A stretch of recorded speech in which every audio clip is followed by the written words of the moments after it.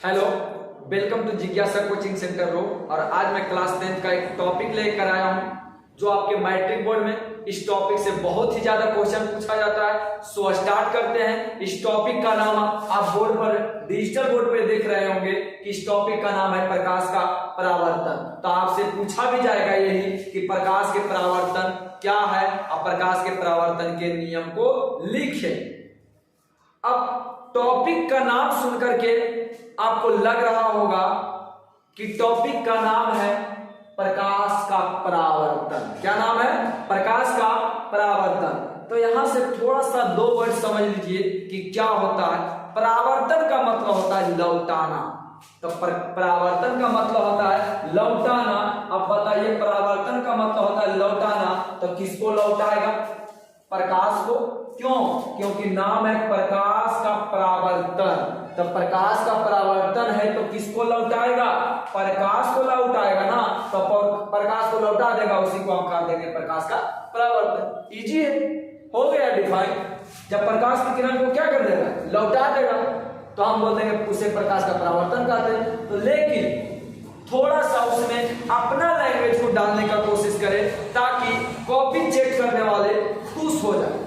तो हम अपना लैंग्वेज क्या बोलेंगे? उससे पहले इस जो फिगर में दिया हुआ उसको थोड़ा सा देखेंगे।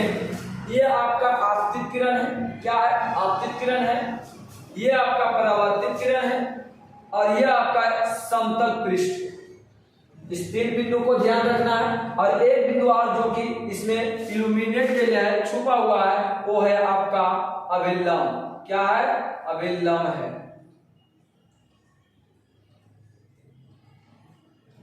देखिए, ये आपका अभिलंब है। क्या बोलेंगे इसको? अभिलंब बोलेंगे।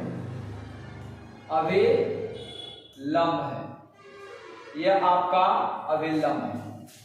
और इसको हम दूसरा लैंग्वेज में बोलते हैं, ये जो दिख रहा है ये आपका अपारदर्शी वस्तु है।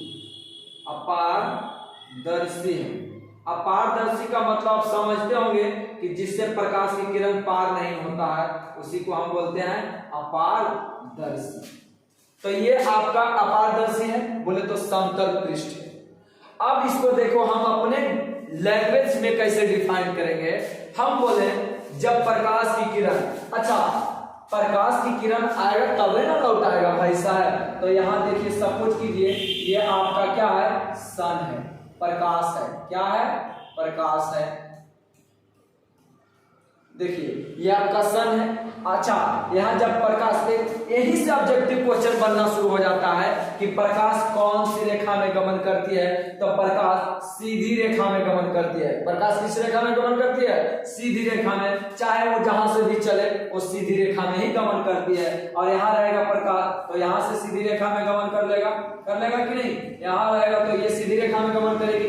अब देखिए डिफाइन कैसे हम करेंगे। जब प्रकाश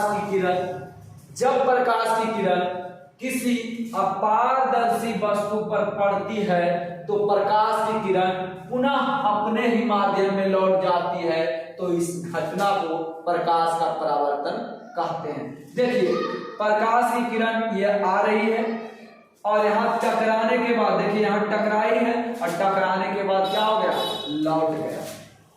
तो इसी को तो कहते हैं प्रकाश का परावर्तन। यहाँ टॉपिक का नाम है प्रकाश का परावर्तन। हम बताएं कि परावर्तन का मतलब होता है लौटना। टकराने के बाद लौटना। तो लौटेगा क्या भाई साहब? प्रकाश है ना, लौटेगा। तो यही तो टॉपिक का नाम है, और इसी में इसी फिगर से एक्सप्लेन कर देना, कहीं तो रटने की जरूरत है नहीं। हम बोलेंगे जब प्रकाश की किरण किसी अपारदर्शी, ये आपका जो दिख रहा है ये क्या है? अपारदर्शी वस्तु है। क्या है? अपारदर्शी वस्तु पर पड़ती है। तो देखिए, जब प्रकाश की किरण किसी अपारदर्शी वस्तु पर पड़ती है तो प्रकाश की किरण पुनः अपने ही माध्यम में लौट जाती है। तो इस घटना को प्रकाश का परावर्तन कहा जाता है। ये आपको एक्सप्लेन कर दिए प्रकाश का परावर्तन। अब है जो कि प्रकाश के परावर्तन के नियम को लिखें। तो हम बोलेंगे प्रकाश के परावर्तन के दो नियम है। प्रकाश के परावर्तन के कितने नियम है? दो नियम है। पहला नियम को हम बोलेंगे, पहला नियम जो होता है आपका, पहला नियम होता है, देखिए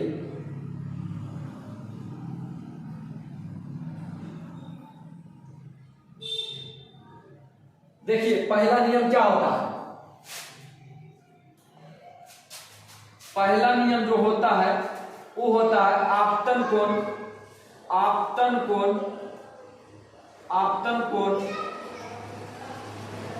परावर्तन कोण के बराबर होता है। आपतन कोण परावर्तन कोण के क्या होता है, बराबर होता है, बराबर होता है, बराबर होता है, बराबर होता है। बोले तो क्या बोलेंगे, कोण आई बराबर कोण आर। क्या बोलेंगे, कोण आई बराबर कोण आर। ये आपका पहला नियम है। अब दूसरा नियम को समझने से पहले थोड़ा सा इस फिगर को गौर करेंगे। हम बताए थे, हम क्या बताए थे कि ये जो फिगर दिख रहा है इसमें एक चीज छुपा हुआ है। क्या छुपा हुआ, अभिलंब। तो देखिए अभिलंब को थोड़ा सा हम दिखा देते हैं।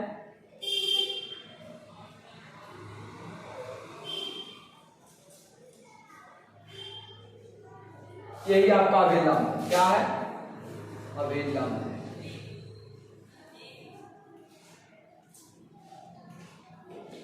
ये आपका अभिलंब है। अब देखिए थोड़ा सा, ये आपका क्या नाम है, ये आपका प्रकाश की किरण आ रहा है तो इसका नाम है आपतित किरण। प्रकाश की किरण लौट रहा है तो इसका नाम है परावर्तित किरण। और जब प्रकाश लौट रहा है और आ रहा है, आने वाले को आपतित किरण और जाने वाले को परावर्तित किरण। तो यहां से दो बिंदु आर होते हैं जिसका नाम है आपतन बिंदु और दूसरा का नाम है परावर्तन बिंदु। तो आपतन बिंदु हम क्या बोलेंगे कि आपतित किरण, तो आपतित किरण यही है, और अभिलंब यही है। आपतित किरण और अभिलंब के बीच के कोण को हम बोलेंगे आपतन कोण। क्या बोलेंगे, आपतन कोण। और आपतन कोण को किससे सूचित करते हैं, कोण आई से। आगे हम बोलेंगे परावर्तित किरण, यही है परावर्तित किरण, लौटने वाला। परावर्तित किरण और अभिलंब, परावर्तित किरण और अभिलंब के बीच के कोण को हम बोलेंगे परावर्तन कोण। अब परावर्तन कोण को किससे सूचित करते हैं, कोण आर से करते हैं। अब देखिए हम बताए थे कि इस फिगर को थोड़ा सा समझना है, अब बाकी इजली हम प्रकाश के परावर्तन के दूसरा नियम को एक्सप्लेन करते हैं। देखिए क्या लिखेंगे कि प्रकाश के परावर्तन के दूसरा नियम में क्या लिखते हैं, देखिए आपतित किरण, आपतित किरण यही है आपतित किरण, आपतित किरण परावर्तित किरण। देखिए परावर्तित किरण, ये क्या है, आपतित किरण, परावर्तित किरण, और ये है हम बताए थे क्या, आपतन बिंदु है। ये क्या है, आपतन बिंदु है। ये आपका आपतन बिंदु है, आपतन बिंदु है जहां पर प्रकाश की किरण आकर के आपतित हो रहा है। तो ये आपतन बिंदु है। तो अब बोलेंगे आपतित किरण, परावर्तित किरण और आपतन बिंदु पर डाला गया अभिलंब। आपतन बिंदु पर डाला गया अभिलंब, देखिए तो तीनों एक ही तल में है कि नहीं है, तीनों एक ही तल में, अरे बाबा है, तीनों एक ही तल में होता है। ये कहता है प्रकाश के परावर्तन का दूसरा नियम बोला जाता है। क्या बोलेंगे, आपतित किरण, परावर्तित किरण और आपतन बिंदु पर डाला गया अभिलंब तीनों एक ही तल में होता है। यही कहता है प्रकाश के परावर्तन का दूसरा नियम। आशा है कि ये वीडियो आपको समझ में आया होगा, और ये वीडियो अच्छा लगा हो तो please like, comment and channel को सब्सक्राइब जरूर कर दें, और वीडियो को शेयर भी कर दें ताकि ये वीडियो उन व्यक्तियों तक पहुंच जाए जिसको ये वीडियो बहुत ही ज्यादा जरूरत हो, और खास करके वो व्यक्ति, वो विद्यार्थी जो इस बार बोर्ड एग्जाम देने वाले हैं। Thank you all of you.